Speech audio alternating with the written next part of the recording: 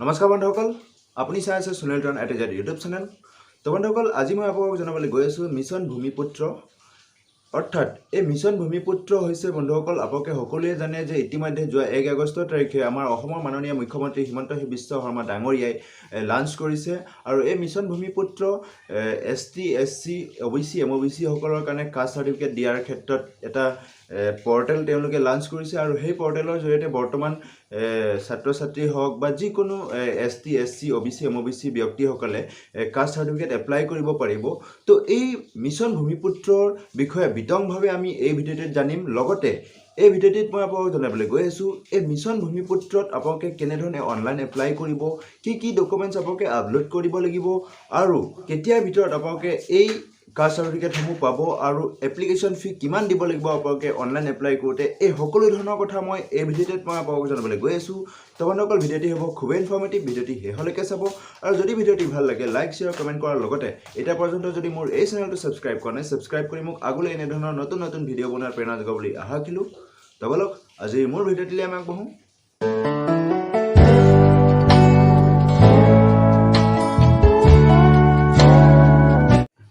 তো বন্ধুসকল তেতিয়াহ'লে আমি প্ৰথমতে জানিলোঁ এই মিছন ভূমিপুত্ৰটোনো কি তো বন্ধুসকল মই আপোনাক জনাই দিওঁ এই মিছন ভূমিপুত্ৰ হৈছে বন্ধুসকল অসম চৰকাৰৰ এটা আঁচনি অৰ্থাৎ এটা ছিষ্টেম সেই ছিষ্টেমৰ জৰিয়তে বৰ্তমান যি অসমৰ ST SC OBC MOBC ব্যক্তিসকলৰ বা জনসাধাৰণৰ কাৰণে যি কাষ্ট সাৰ্টিফিকেট দিয়াৰ যি মেনুৱেল ব্যৱস্থা সেই মেনুৱেল ব্যৱস্থাটো তেওঁলোকে ষ্টপ কৰি বৰ্তমানৰ পৰা এতিয়া তেওঁলোকে অনলাইন এটা পৰ্টেল ডেভেলপ কৰি সেই অনলাইন পৰ্টেলৰ জৰিয়তে তেওঁলোকে কাষ্ট সাৰ্টিফিকেটসমূহ দিয়াৰ ব্যৱস্থাও কৰিব অৰ্থাৎ অসমৰ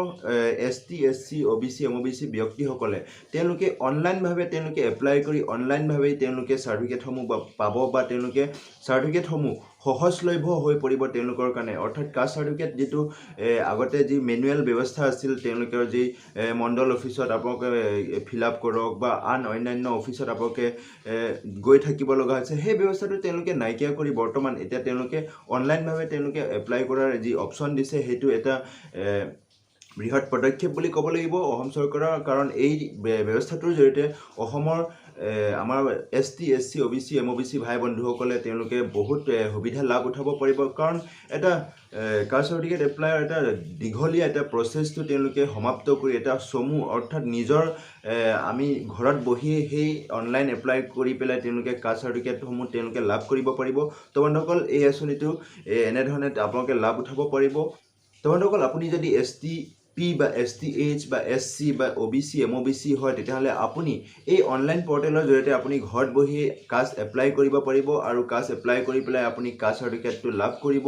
এতিয়াৰে পৰা আপুনি অফিচত যোৱাৰ কোনো প্ৰয়োজন নাই কাৰণ আপুনি ঘৰত বহি এপ্লাই কৰি কাষ্ট সাৰ্টিফিকেটসমূহ লাভ কৰিব তো বন্ধুসকল আপুনি যেতিয়া অনলাইন এপ্লাই কৰে সেই অনলাইন এপ্লাই কৰোঁতে আপুনি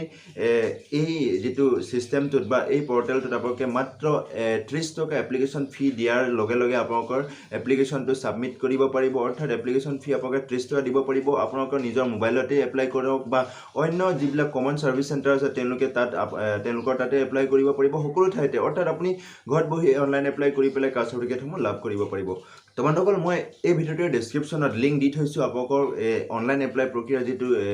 লিংক সেই লিংকটো দি থৈছোঁ আপোনালোকে তাত গৈ পেলাই আপোনালোকে অনলাইন এপ্লাই কৰিব পাৰিব তাত আপোনালোকে ক্লিক কৰাৰ লগে লগে আপোনালোকে দেখিব তাত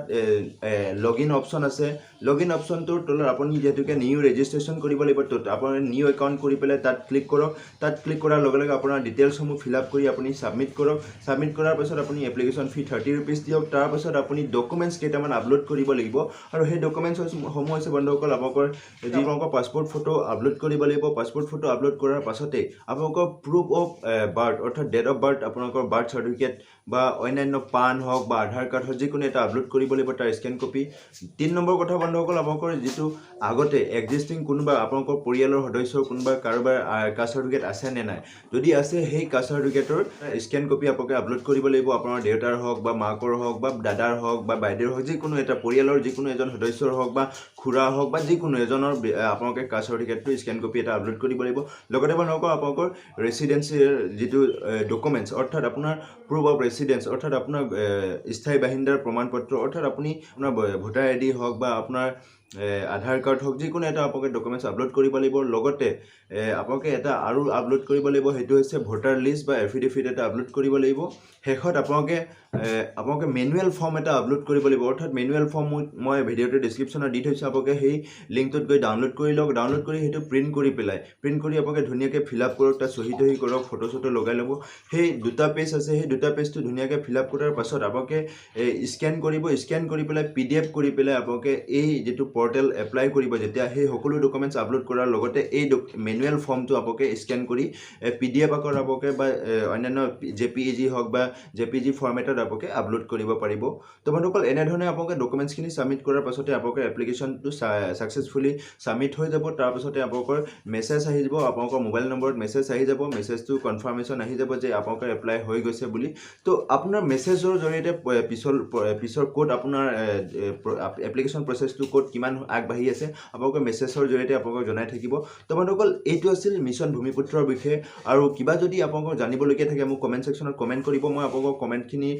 জৰিয়তে আপোনালোকক সহায় কৰিবলৈ চেষ্টা কৰিম লগতে এই ভিডিঅ'টোৰ ডেছক্ৰিপশ্যনত মই লিখিত আকাৰত ধুনীয়াকৈ দি থৈছোঁ আপোনালোকে সেইটোও পঢ়িব পাৰে তো বন্ধুসকল আজিৰ ভিডিঅ'টি ইমানেই আৰু ভিডিঅ'টি কেনে লাগিছে কমেণ্ট ছেকশ্যনত জনাবলৈ নাপাহৰিব আৰু এতিয়া পৰ্যন্ত যদি মোৰ এই চেনেলটো ছাবস্ক্ৰাইব কৰা নাই ছাবস্ক্ৰাইব কৰি মোক আগলৈ এনেধৰণৰ নতুন ভিডিঅ' বনোৱাৰ প্ৰেৰণা যোগাবলৈ আশা ৰাখিলোঁ ধন্যবাদ জয় আহোম